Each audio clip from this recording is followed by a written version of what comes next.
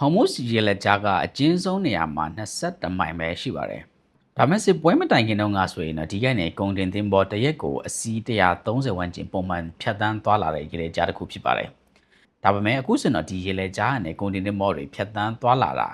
မရှိသလောက်ဖြစ်လာပါတယ်။ဟော်မုစ်ရေလက်ကြားကိုဖြတ်တန်းမောင်းနေတဲ့ကုန်တင်သင်္ဘောတွေမရှိတော့တဲ့အချိန်မှာဘာဖြစ်လဲဆိုတော့ရေနံစင်းနှုန်းပြန်တက်လာပါတယ်။ဖြစ်ချင်တော့ရေနံစင်းနှုန်းပဲတက်တဲ့ပထဝီနိုင်ငံရေးတင်းမှာမဟုတ်ပါဘူးဒါဟာ New York Stock Exchange ကိုလည်းလှုပ်ခတ်စေသလိုရန်ဝင်တန်ဖိုးလည်းကျဆင်းစေပါတယ်ပြီးတော့ပိုဆိုးတာကမိုင်ပေါင်းထောင်ချီမှာရှိတဲ့ကျွန်တော်တို့ရဲ့ပတ်စံအိတ်ထဲမှာလည်းဟိုမှုစီလည်းကြားရဲ့နောက်ဆက်တွဲအကျိုးဆက်တွေတွေ့ရပါတယ်ဒါကြောင့်မြင့်တက်လာတဲ့ရေနံစင်းနှုန်းကြောင့်အခုဆို Global Financial Market အတွက်လည်းအပြောင်းလဲဖြစ်လာစေပါတယ်ဆိုတော့ရေနံစင်းနှုန်းကဒီနေ့ဆိုတစ်စီကိုဒေါ်လာ90ဝန်းကျင်အထိပြန်တက်လာပြီဖြစ်ပါတယ်ပြန်တက်လာတဲ့အကြောင်းရင်းကလည်းထိရှလွေတဲ့အမေရိကန်နဲ့အီရန်တို့ကြားက MOU ကြောင့်ဖြစ်ပါတယ်။ခုချိန်မှာလည်းပင်လယ်ကွေ့တခြားပြစ်ခတ်မှုတွေရှိသလိုနှစ်ဖက်လုံးကလည်းရေလက်ကြားကိုပိုင်ဆိုင်ထိန်းချုပ်ထားတယ်လို့ထုတ်ပြန်ချက်တွေကလည်းရေနံစင်းနှုန်းကိုတက်စေပါတယ်။မနေ့ကဆိုရင်တော့အီရန်နဲ့ပူးပေါင်းမှုလုပ်ရင်အိုမန်ကိုလည်းဘုံကျဲပစ်မယ်လို့အမေရိကန်သမ္မတဒေါ်နယ်ထရမ့်ကချင်းချောက်လိုက်တယ်လို့အီရန်ဘက်ကလည်း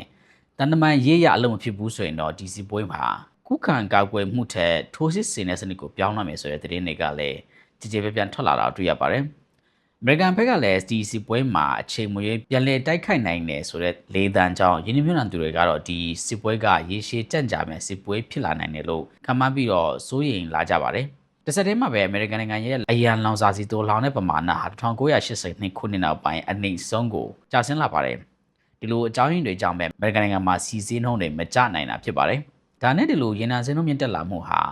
ဈေးကွက်ပေါ်မှာဘလို့အကျိုးသက်ရောက်မှုရှိစေတာလဲပထမဆုံးထိသွားတာတော့ငွေကြေးဖောင်းပွားမှုဖြစ်ပါတယ်။စီစင်းနှုန်းမြင့်တက်လာတဲ့အချိန်မှာကုန်ထုတ်လုပ်ရေးနဲ့တည်ယူပို့ဆောင်ရေးမှာကုန်ကျစရိတ်ပိုကြီးလာပါတယ်။ဒါဟာအလိုလိုနဲ့ကုန်စင်းနှုန်းမြင့်တက်လာစေပြီးတော့ငွေကြေးဖောင်းပွားမှုဆိုးရွားလာစေပါတယ်။ဒုတိယချက်ကတော့ငွေတိုက်စာချုပ်ဈေးကွက်ဖြစ်ပါတယ်။မြန်မာနေတဲ့ရေနံစင်းနှုန်းကြောင့်အမေရိကန်ဆိုရထုတ်တဲ့10နှစ်စာဘွန်ဂျီလ်ဟာအခုဆိုရင်တော့4.9%အထိကိုမြင့်တက်လာပြီဖြစ်ပါတယ်။ဒါဟာ10စုနှစ်နှစ်ခုအတွင်းမှာအမြင့်ဆုံးဖြစ်လာပါတယ်။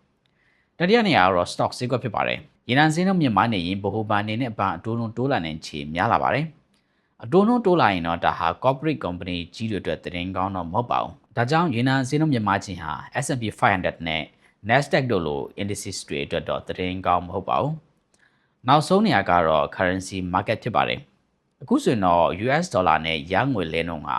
159ကိုပြန်တက်လာပြီဖြစ်ပါတယ်။ဘာဖြစ်လို့ပြန်တက်လာလဲဆိုရင်တော့အမေရိကန်နိုင်ငံရဲ့စီးပွားရေးတိုးတက်မှုအားကောင်းနေတဲ့အချိန်မှာမြင့်မားနေတဲ့ရေးကြောင့်ရန်ငွေနဲ့ယူရိုငွေထက် US ဒေါ်လာကိုလူတွေက safe haven အဖြစ်မြင်ကြလို့ရန်ငွေနဲ့ US ဒေါ်လာငွေလဲနှုန်းပြန်တက်လာတာဖြစ်ပါတယ်။ဆိုတော့ဒီရနယ်ဘက်ကိုဆက်သွားကြမှာလဲ။ကျွမ်းကျင်သူများရဲ့ပြောဆိုချက်အရတော့ဇွန်လကလေးကရေနံအဝယ်ရှော့ချထားတဲ့တရုတ်နိုင်ငံအနေနဲ့ရေနံပြန်ဝယ်လာမယ်ဆိုရင်တော့မကြခင်မှာရေနံစင်းနှုန်းကဒေါ်လာ100အထက်ကိုပြန်တက်လာနိုင်တယ်လို့ခန့်မှန်းကြပါတယ်။ဒါပေမဲ့တချို့ကလည်းရေနံဈေးနှုန်းကဒီဈေးနှုန်းဝန်းကျင်မှာပဲ consolidation လို့ခေါ်တဲ့ဈေးနှုန်းဘေးတိုက်သွားမဲ့အချိန်ဖြစ်လာနိုင်တယ်လို့လည်းခန့်မှန်းကြပါတယ်။တေချာတာကတော့အီရန်နဲ့အမေရိကန်တို့ကြားကစစ်ပွဲမှာတရေကျနေသူတွေတော့နိုင်ငံတကာဈေးကွက်မှာလည်းတက်ကြကြမ်းဖို့ပဲများပါတယ်။ဒါကြောင့်အရှိအလေပိုင်းကသတင်းတွေကိုအဆက်မပြတ်စောင့်ကြည့်ဖို့လိုပါတယ်ဆိုတော့ပြောရင်းနဲ့ဒီဗီဒီယိုလေးကို like and share လေးလုပ်ပေးကြပါအားလုံးကိုတောင်းဆိုချင်ပါတယ်။